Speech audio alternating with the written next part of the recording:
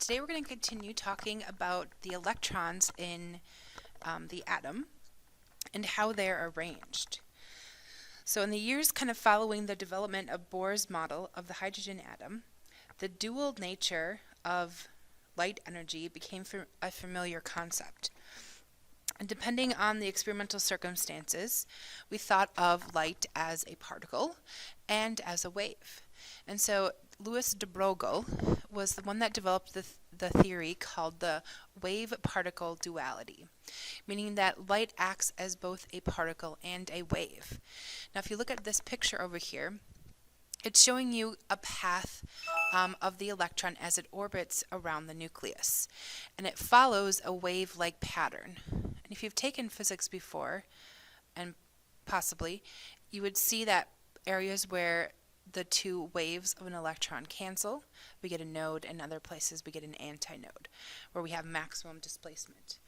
But we have that particle, that electron, traveling in a wave-like pattern around the nucleus. So matter and light acts as both a wave and a particle.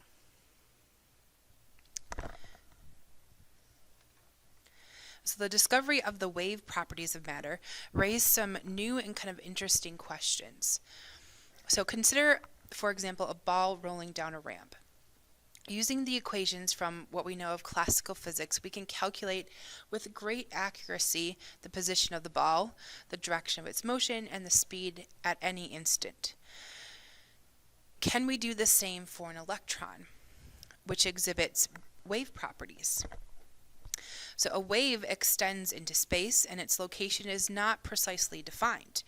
We might therefore anticipate that it's impossible to determine exactly where an electron is located at a specific instant. And so the German physicist Werner Heisenberg, which is pictured there, proposed the dual nature of matter places a fundamental limitation on how precisely we can know both the location and the momentum of an object at a given instant. And so this is called his uncertainty principle. So his uncertainty principle states that because of this limitation, it's important that we only deal with matter at the subatomic level, that is, with masses as small as of the electron. So when applied to electrons in the atom, the principle states that it's impossible for us to know simultaneously the exact momentum of the electron or its exact location at the same time. So you can know its momentum, but you can't know its exact location, or you can know where the electron is going, but you don't know its momentum. And so this kind of ushered in a new change and approach to thinking about the atomic model. And it kind of helped develop our understanding of the quantum mechanical model of the atom.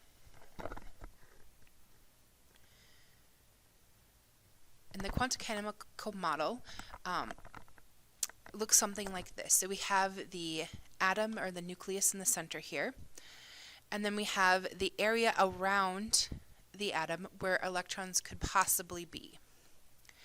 And so a lot of times we're talking about the electron cloud and how it's shaped. So an S shape is spherical, a P shape is the barbell shape, if you remember that from general chemistry.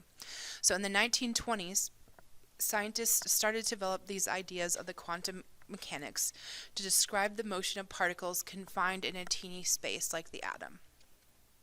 And so quantum mechanical model deals with the probability of finding a particle, and for example the electron, in a given region of space. And so this cloud is telling you the density as to the likely chance of finding an electron. So the more dense it is, the denser the blue color is, the more likely we're going to find that electron.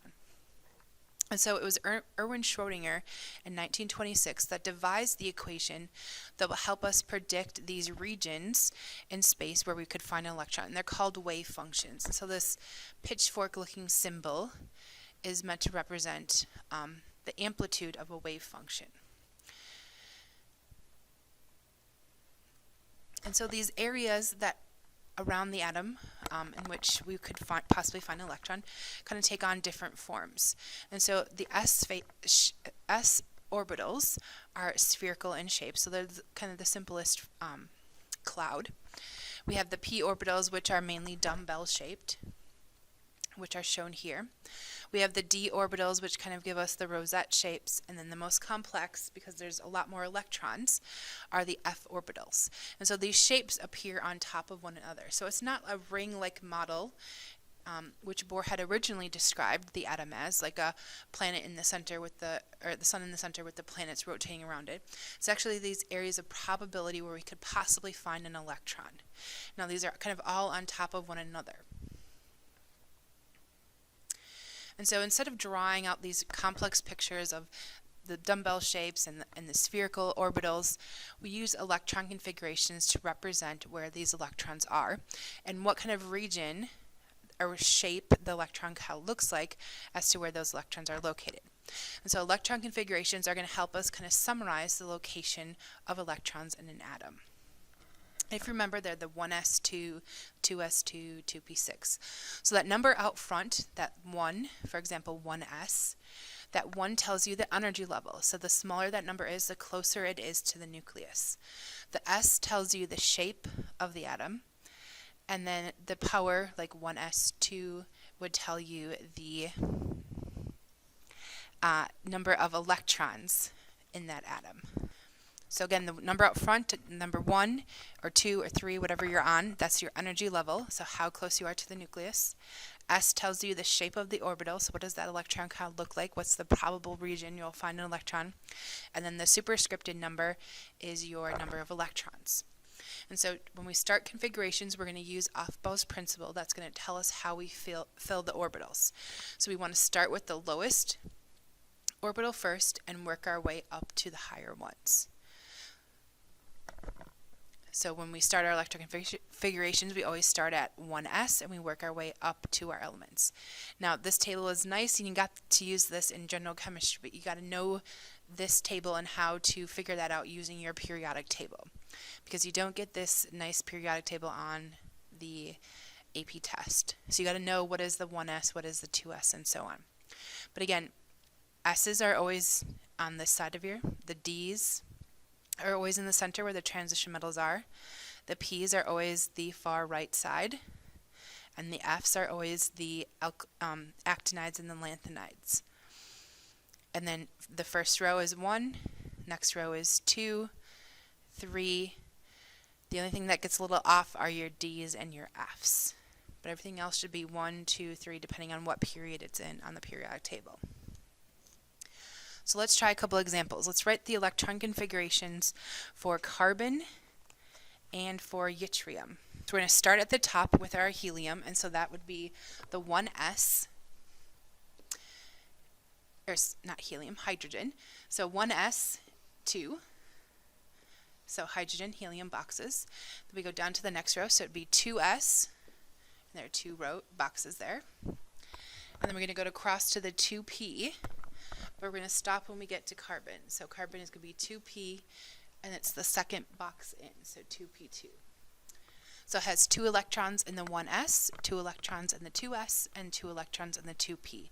So the highest energy level, okay, or the outer energy level, it has a total of 4 electrons. Now if we remember, the electrons in the outermost energy level, we called those valence electrons.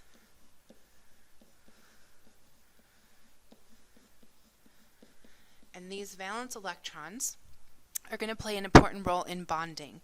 So when we start to talk about bonding, we're going to be talking about those valence electrons. Electrons in the outermost energy levels. Remember, the 2 is your energy level.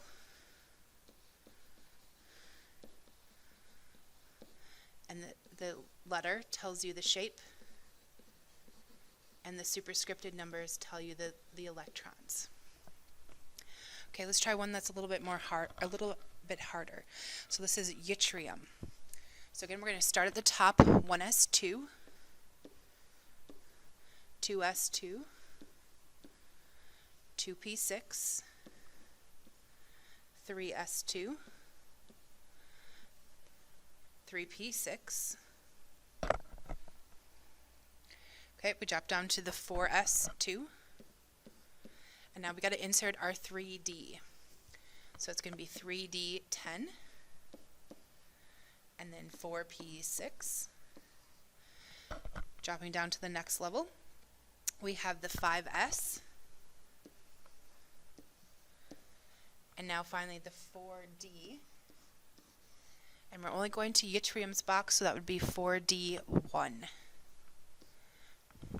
So that would be the electron configuration for yttrium. Now it's also important to remember that when we look at the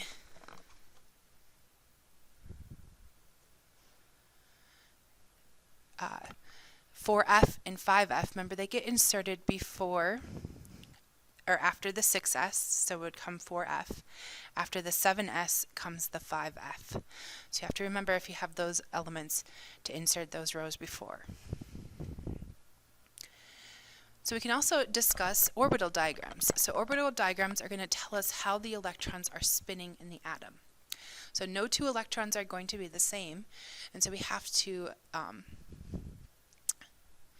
describe how those electrons are spinning, how they're pairing up. So if we have a 2s, how are those electrons spinning? And so Hund's rule of maximum multiplicity says that if we have orbitals in the same energy level, the electrons are going to occupy the orbitals singly before they start pairing up. So remember, it's our hotel bed analogy. If you're staying in a hotel, put one person in each bed first before you start to double up in a bed. So let's practice writing orbital diagrams for our electron configuration. So we wrote carbon's electron configuration already. So it was a 1s, 2, 2s, 2, 2p2. Now for orbital diagrams, we have to talk about how many orbitals are in each of these shapes. So if we have an s, that means we only have one orbital. So every orbital can hold 2 electrons. For a p shape, we would have 3 orbitals. For a d shape, we have 5. And for an f, we have 7. So it's always half of the number of boxes in that region. So for our S, we're going to draw one line above it, and we're going to show how the electrons are spinning. So one's going to spin up, the other one's going to spin down. Again, another S, so one line, 2 electrons spin up, spin down. And then our P's have 3 lines above them. And now here's where Hund's rule is going to come into play. So we want to put an electron in each orbital singly before we start pairing up. So our 2 electrons, we're going to put 1 in each orbital. So we have 1 empty orbital in this one, and 2 unpaired.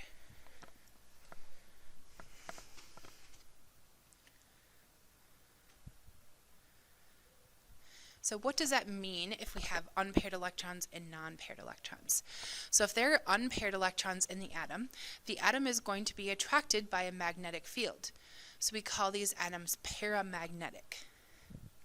If all the electrons are paired in our atom, so there's no unpaired, the atom will be singly repelled or slightly repelled by a magnetic field.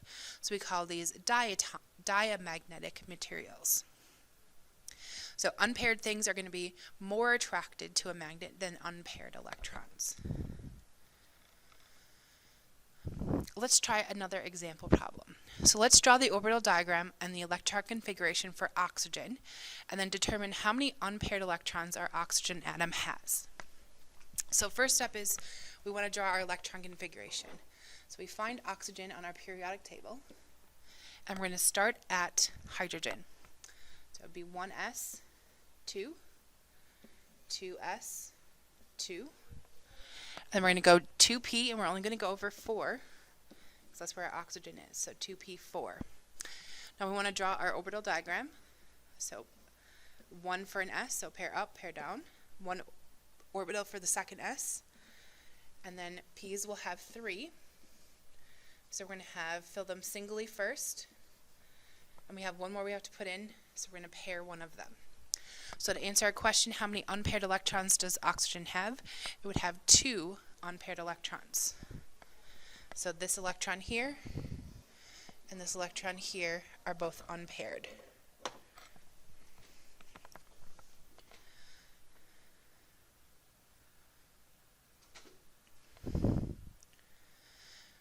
Okay, so you probably know, if you remember from general chemistry, that we can write a shortened version of our electron configurations, and we call these condensed electron configurations, or sometimes a noble gas configuration.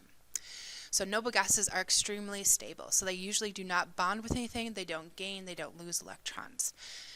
And so instead of starting at the top at hydrogen, we could start at the closest noble gas that comes before our element.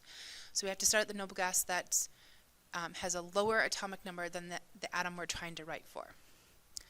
So the core electrons are going to be represented by our bracket. So here you see He in a bracket. So helium has 2 electrons. So for nitrogen, it has 2 core electrons, so electrons closest to the center. And everything else is going to be written like a normal electron configuration, and those show our valence electrons. So in this one we have a 2s2 and a 2p3, so we would have a total of 5 valence electrons. We can also talk about ions. So if we have an ion, in this case a -2, that means our electron configuration has 2 extra electrons. So oxygen -2, instead of stopping at 2p4, would have 2 more electrons, so it would be 2p6 instead. Or it would be the same electron configuration as neon. If we have a positive ion, so here sodium +1, that means sodium has 1 less electron. So now for sodium, instead of being a 3s1 as its ending, it ends at 2p6. So you notice there's no 3s1 here anymore, because it's lost that 1 electron. So you can also write electron configurations for ions.